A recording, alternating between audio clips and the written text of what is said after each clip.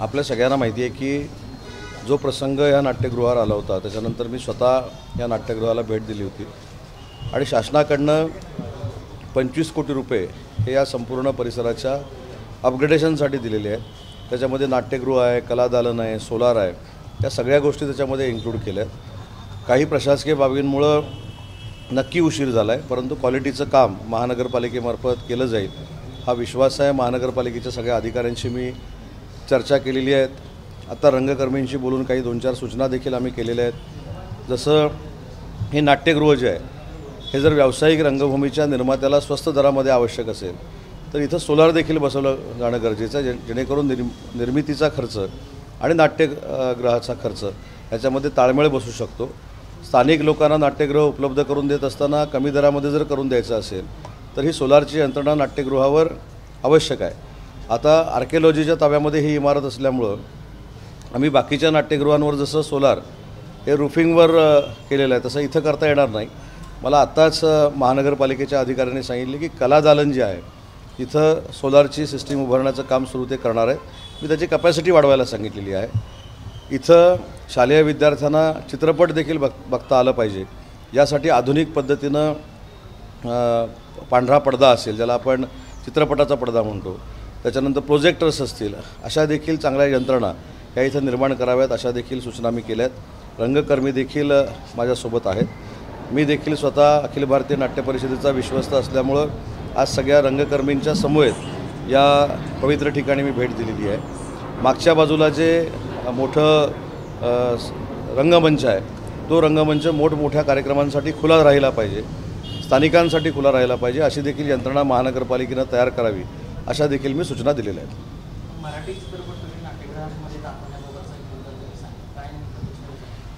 मी असं सांगितलं की ज्यावेळी नाट्यगृहाचं बुकिंग झालेलं नसतं त्यावेळी शालेय विद्यार्थ्यांसाठी जर उपयुक्त असे चित्रपट मराठी आलेले असतील तर ते देखील दाखवले गेले पाहिजेत। हे नाट्यगृह फिनान्शियली साऊंड होण्यासाठी जर काही दिवस रिकामं असेल तर तिथं देखील चित्रपट दाखवण्याची सुविधा, जर चांगले चित्रपट, आता ही जरा ऐतिहासिक वास्तू आहे तर या ऐतिहासिक वास्तूमध्ये मराठी भाषेसंदर्भातले, मराठी साहित्याबद्दलचे, मराठीचा इतिहास सांगणारे असे जर चित्रपट आपण दाखवले तर भावी पिढीला त्याचा फायदा होऊ शकतो। मतदार यादीतल्या घोळाबद्दल काल राहुल गांधी यांनी पत्रकार परिषद घेतली, त्यानंतर काल इंडिया आघाडीच्या बैठकीमध्ये देखील त्या सगळ्या बाबतचा पुनरुच्चार त्यांनी केला आहे। आक्षेप त्यांचा मतदार बघा, बिहारची आता निवडणूक आलेली आहे, त्याच्यामुळं काहीतरी फेक नरेटिव्ह पुन्हा एकदा सेट केला पाहिजे म्हणून हा सगळा उपद्व्याप सुरू आहे। लोकसभेची निवडणूक लागली त्याच्यामध्ये जे काही जिंकून आले ते योग्य आहेत EVM मधले, आता विधानसभेच्या निवडणुकीला ते योग्य नाही। त्याच्यामुळे एवढीच मोठी शंका असेल तर ते देखील लोकसभेला निवडून आलेले आहेत, EVMवर निवडून आलेले आहेत, त्यांनी पहिला राजीनामा द्यावा, त्यांच्या सगळ्या खासदारांनी राजीनामा द्यावा आणि मग ही मुवमेंट सुरू करावी ना। बरं, सगळ्यात महाराष्ट्राचं दुर्दैव काय, जे नेते माननीय एकनाथ शिंदे साहेबांवर दिल्लीला जातो म्हणून टीका करतात, आमचे नेते दिल्लीला गेल्यानंतर नरेंद्र मोदी साहेबांच्या बाजूला बसलेला फोटो येतो आणि UBTच्या नेत्यांचा शेवटच्या रांगेत बसलेला फोटो येतो। म्हणजे नाट्यगृहात आल्यानंतर पहिल्या रांगेतनं नाटक बघायचं असतं ना, ते शेवटच्या रांगेतनं राहुल गांधींचं नाटक बघत होते। त्याच्यामुळं महाराष्ट्राला कळलं कुवत कोणाची किती आहे।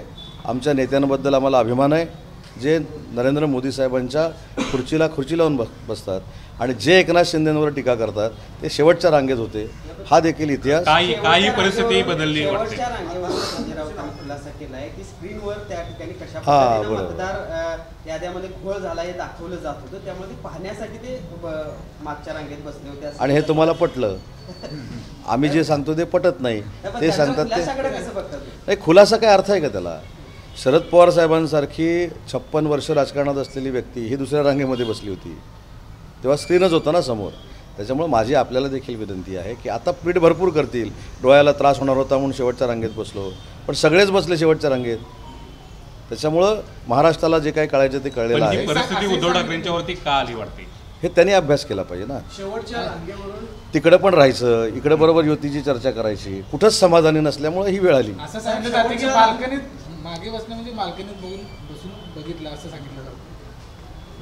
नाही, त्यांना आता बहुतेक कायमस्वरूपी राहुल गांधी बाल्कनीतच बसवणार आहेत। साहेब, शेवटच्या रांगेवरून नरेश मस्केने एक ट्विट केलं, त्या ट्विटला संजय राऊत म्हणतात की नरेश मस्के हा झोपवण्या गांडुळा आहे, या संदर्भात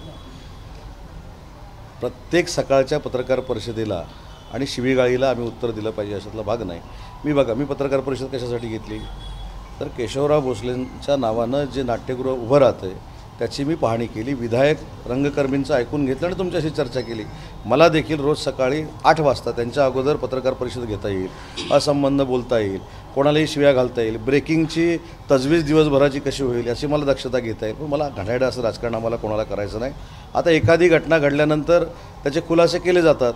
आता नरेशजी म्हस्केंनी खासदारांनी जर वस्तुस्थिती महाराष्ट्राच्या जनतेसमोर आणली असेल तर त्याच्यामध्ये मला असं वाटतं की कोणाला घाबरण्याचं कारण नाही. एकनाथ शिंदे साहेब जेव्हा दिल्लीमध्ये जातात तेव्हा भाजपाकडनं शिवसेना चालली जाते अशा पद्धतीचे आरोप होतात. काय चाललं आहे दिल्लीमध्ये आता 3 दिवस राहून काँग्रेसनं ज्या राहुल गांधींनी महाराष्ट्राचा अभिमान स्वाभिमान असलेल्या स्वातंत्र्यवीर सावरकरांना शिवीगाळ केली, त्यांना हीन दर्जाच्या पद्धतीनं भाषा वापरली, अशा व्यक्तीच्या बाजूला बसून जेवणारी महाराष्ट्रातली नेते मंडळी ही तयार झालीत हे महाराष्ट्राचं दुर्दैव आहे. साहेब 15 ऑगस्ट दिवशी रायगडचं झेंडावंदन कोण करणार आहे? नाही हे तिघं सांगू शकतात, मुख्यमंत्री उपमुख्यमंत्री. नाट्यगृहाच्या आगीबाबत जी चौकशी समिती नेमली होती त्यातून काही निष्पन्न झालेलं नाही. आग लागली की लावली हे अजूनही नाही, मला असं वाटतं की या अहवालावर मी बोलणं योग्य नाही, कारण मी तो अहवाल अजून वाचलेला नाही. अहवाल काय माझ्याकडे आलेला नाही. कोल्हापूर हा अतिशय संवेदनशील भाग आहे. मी मंत्री म्हणून काम करत असताना एखादं वक्तव्य मला माहीत नसताना करणं हे योग्य नाही. जर अहवाल आला असेल तर पुढच्या वेळी अहवालाचा अभ्यास करेन आणि त्याच्यानंतर तुमच्याशी नक्की चर्चा करेन. साहेब बिहारची निवडणूक येते. अजितदादा स्वतंत्रपणे बिहारची निवडणूक लढवण्याचं चाचपणी करतायत. एनडीएचे घटक असताना सुद्धा स्वतंत्रपणे निवडणुकीला नाही, शेवटी स्वतंत्रपणे निवडणूक लढायची नाही हा प्रत्येक पक्षाचा स्वतंत्र कदाचित भाग असू शकतो आणि अजितदादा जर निवडणुका तिथे लढवणार असतील तर त्यांना शुभेच्छा दिल्या पाहिजे. अजून काय करू शकतो. तर सोलापूरमध्ये पडळकर आणि रोहित पवार यांच्यातला वाद वाढत होता. काल पडळकरांच्या प्रमुख कार्यकर्त्याचा अपहरण करून मारहाण झालेली आहे. पडळकरांनी आरोप केला याची मास्टरमाइंड रोहित पवारच आहे. पोलीस चौकशी करतील. पोलीस याच्यामध्ये चौकशी करतील. याच्यामध्ये जो कोण मास्टरमाइंड असेल का हल्ली नवीन एक शब्द काहीतरी फेमस झाला अक्का, याच्या मागचा अक्का कोण असेल ते पोलीस शोधून काढतील. साहेब आज तुम्ही सोलापूर असेल आणि सांगली पदाधिकाऱ्यांच्या बैठका घेतल्या. खरं तर स्थानिक स्वराज्य संस्थांच्या निवडणुकीच्या पार्श्वभूमीवरती मोठ्या प्रमाणात कार्यकर्ते देखील येत आहेत. काय नेमकी शिवसेनेची रणनीती असणार आणि काय असणारे कार्यकर्ते? माननीय एकनाथ शिंदे साहेबांच्या आदेशानुसार काल जालनामधनं हा कार्यक्रम सुरू झाला. जालन्याची काल बैठक झाली, छत्रपती संभाजीनगरची झाली, धाराशिवची झाली, बीडची झाली. आज कोल्हापूर आणि सांगलीची आणि सोलापूरची, सातारा आपली इथे आहे आणि पुण्याची पुण्यामध्ये आहे. स्थानिक स्वराज्य संस्थेला सामोरं जात असताना आम्हाला महायुतीनंच जायचं आहे हे पक्षाचे आदेश आहेत. परंतु आमचं संघटन, आमची सभासद नोंदणी, आमची संघटनात्मक जी निवडणूक आहे या संदर्भामध्ये नक्की आमची तयारी काय आहे ही तयारी बघण्यासाठी माननीय एकनाथ शिंदेसाहेबांनी मला असेल, शंभूराज देसाईंना असेल, राहुल शेवाळे असतील, आमचे सचिव संजय मोरे असतील आणि भाऊ चौधरी असतील यांची एक कमिटी तयार केलेली आहे आणि या कमिटीचा महाराष्ट्राचा दौरा सुरू आहे. त्याच्यातला आज कोल्हापूरचा एक कार्यक्रम आहे. तुम्ही म्हणता की निवडणुकीला महायुतीनं सामोरं जाणार, मात्र दुसऱ्या बाजूला ठाण्यामध्ये रवींद्र चव्हाण बैठका घेतात आणि भाजपचाच झेंडा महापालिकांच्यावर फडकवा असं स्पष्ट करतात. नाही, दादानी पण 2 दिवसापूर्वी या ठिकाणी रवींद्र चव्हाण हे भाजपाचे प्रदेशाध्यक्ष आहेत. जसं आम्ही शिवसेनेच्या बैठकांमध्ये सांगतो की आम्हाला शिवसेनेचाच भगवा फडकवायचा आहे, ते देखील भाजपच्या मिटिंगमध्ये सांगणं क्रमप्राप्त आहे प्रदेशाध्यक्ष म्हणून की भाजपचा झेंडा फडकवला पाहिजे. परंतु परवाचं देवेंद्रजींचं जर भाषण आपण ऐकलं तर देवेंद्रजींनी स्पष्ट पद्धतीनं सांगितलेलं आहे की महायुतीनंच आम्हाला निवडणुका लढवायच्या. म्हणून निवडणुकीला सामोरं जाणार हे भाजपचे नेते देखील सांगतात. दादाने देखील 2 दिवसापूर्वी या ठिकाणी बैठक घेतली. मात्र हे सगळं सांगत असताना त्यांचा शेवटचं हे असं होतं की जरी महायुतीनं लढत असलो तरी जिल्हा परिषदेचा अध्यक्ष आणि महापौर हे भाजपचेच असतील. कुठेतरी मोठा भाऊ कोण किंवा मोठा भाऊ आपण आहोत हे सांगण्याचे संकेत भाजपकडून आता तसंच तुम्हाला स्टेटमेंट जर पाहिजे असेल तर आम्ही महायुतीनंच लढणार आहोत आणि महापौर शिवसेनेचे असतील.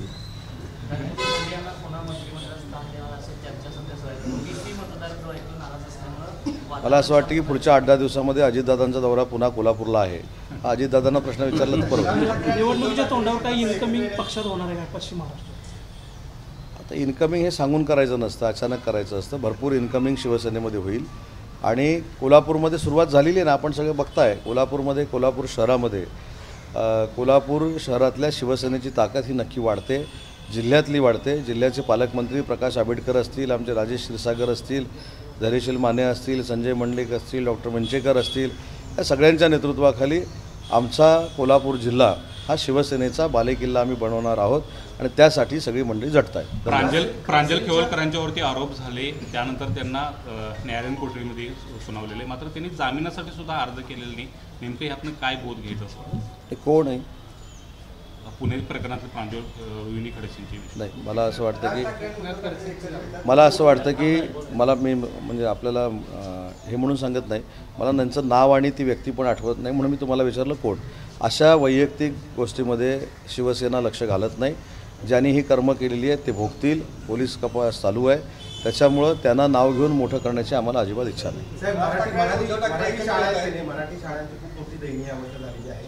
त्यासाठी खरं तर महापालिका असेल किंवा जिल्हा परिषद असेल, ह्या जबाबदार असलेले जे ताशेरे आहेत ते नागपूर खंडपीठाने ओढलेले. मी अगदी जबाबदारीनं सांगतो की आमचे मंत्री, शालेय शिक्षण मंत्री विविध कार्यक्रमाच्या अंतर्गत जिल्हा परिषदेच्या शाळा कशा पद्धतीनं स्मार्ट होतील यासाठी प्रयत्न करत आहेत. निपुण शाळा नावाची एक संकल्पना देखील त्यांनी महाराष्ट्रासमोर आणलेली आहे. यावर्षी मराठी शाळांमध्ये पटसंख्या वाढलेली आहे, हे देखील चित्र आपल्याला बघायला मिळतं आहे. CBSEचा काही अभ्यासक्रम शालेय शिक्षणामध्ये त्यांनी समाविष्ट केलेला आहे. त्याच्यामुळं आपण असं म्हणून चालणार नाही की अशा ह्या शाळा चांगल्या नाहीत. साधं उदाहरण देतो. माझ्या मतदारसंघामध्ये दामले विद्यालय नावाची एक शाळा आहे, ज्या शाळेच्या पहिल्या वर्गामध्ये पहिलीमध्ये 180 विद्यार्थी शिकत आहेत आणि 10वीपर्यंत 1470 विद्यार्थी शिकत आहेत. त्याच्यामुळं प्रायव्हेट शाळेला लाजवेल असं शिक्षण या दामले विद्यालयामधनं दिलं जातं. त्या शिक्षकांना बक्षीस म्हणून सगळ्यात स्मार्ट इमारत 18 कोटी रुपयाची आम्ही बांधायला सुरुवात केलेली आहे. अशाच पद्धतीनं संपूर्ण महाराष्ट्रामध्ये कार्यप्रणाली शालेय शिक्षण विभागाची असणार आहे. केशवराव भोसलेला जवळपास 1 वर्ष झालेले आहे. तुम्ही पाहणी केलेली आहे, पण 1 वर्षापूर्वी जो प्रश्न होता केशवराव भोसलेला आग लागली की काय नाही, मी बोललो ना त्याच्यावर. त्याच्यावर तुम्ही म्हटलात की मी बघूया असं म्हटलेलं नाही. असं आहे की 1 वर्षानंतर देखील अहवाल येत नसेल तर लोकांच्या मनामध्ये प्रश्नचिन्ह आजही. मला असं वाटतं की आपण पण सगळे कोल्हापूरमधले आहात. नाही, ऐका ना, आपण पण देखील कोल्हापुरातले आहे. चौकशी झाली पाहिजे. त्याच्यामध्ये कुणी जर आग लावली असेल तर तो जेलमध्ये गेला पाहिजे. या सगळ्या तुमच्या मताशी मी सहमत आहे. पण एखाद्या विधायक गोष्टीचं आता मी पाहणी करत आलेलं असताना मला जर अहवालच माहिती नाही तर त्या अहवालावर मी काहीतरी खोटं बोलणं अपेक्षितच नाही ना. म्हणून मी सांगितलं. सांगतो ना साहेब, सांगतो ना. आता माझं उत्तर तुम्हीच देऊ नका. माझं म्हणणं असं आहे की याच्यामध्ये मी अहवाल वाचतो आणि त्याच्यामध्ये अधिकारी गिल्टी असेल त्यांच्यावर कारवाई होईल ना.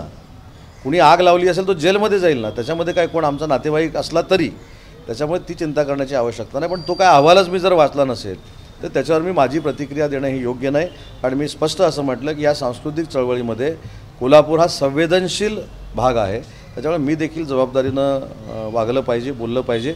आणि अजून एक पत्रकार परिषद संपवत असताना सांगतो की जो एक माहोल ह्या कोल्हापूर जिल्ह्यामध्ये तयार झालेला आहे तो म्हणजे माधुरी हत्तीणे संदर्भातला. तिथं शिवसेनेची भूमिका स्पष्ट आहे. आम्ही सगळ्यांनी अंबानींच्या काही लोकांशी देखील चर्चा केलेली आहे. ही माधुरी हत्तीण परत कोल्हापूरला यावी हीच आमची इच्छा आहे. त्याच्यासाठी सरकारनं कोर्टामध्ये देखील स्वतःहून जाण्याचा निर्णय घेतलेला आहे. आम्ही अंबानींच्या लोकांशी देखील बोललेलो आहोत. त्याच्यामुळं कुठच्याही परिस्थितीमध्ये माधुरी हत्तीण कोल्हापूरला आली पाहिजे ही शिवसेना म्हणून आमची भूमिका आहे. अशाबद्दल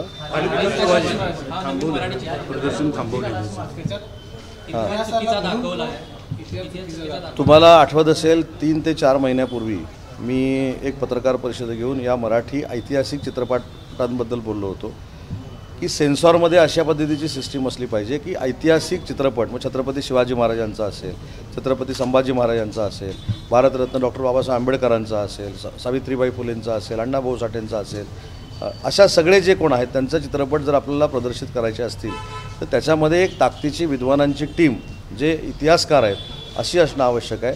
आणि सेन्सॉरपेक्षा त्यांच्या डोळ्या देखत किंवा त्यांच्या हाताखालनं ह्या स्क्रिप्ट गेल्यानंतर ज्यावेळी हे चित्रपट प्रदर्शित होतील त्यावेळी अशा पद्धतीचे वाद नक्की थांबतील याच्यावर माझा विश्वास आहे.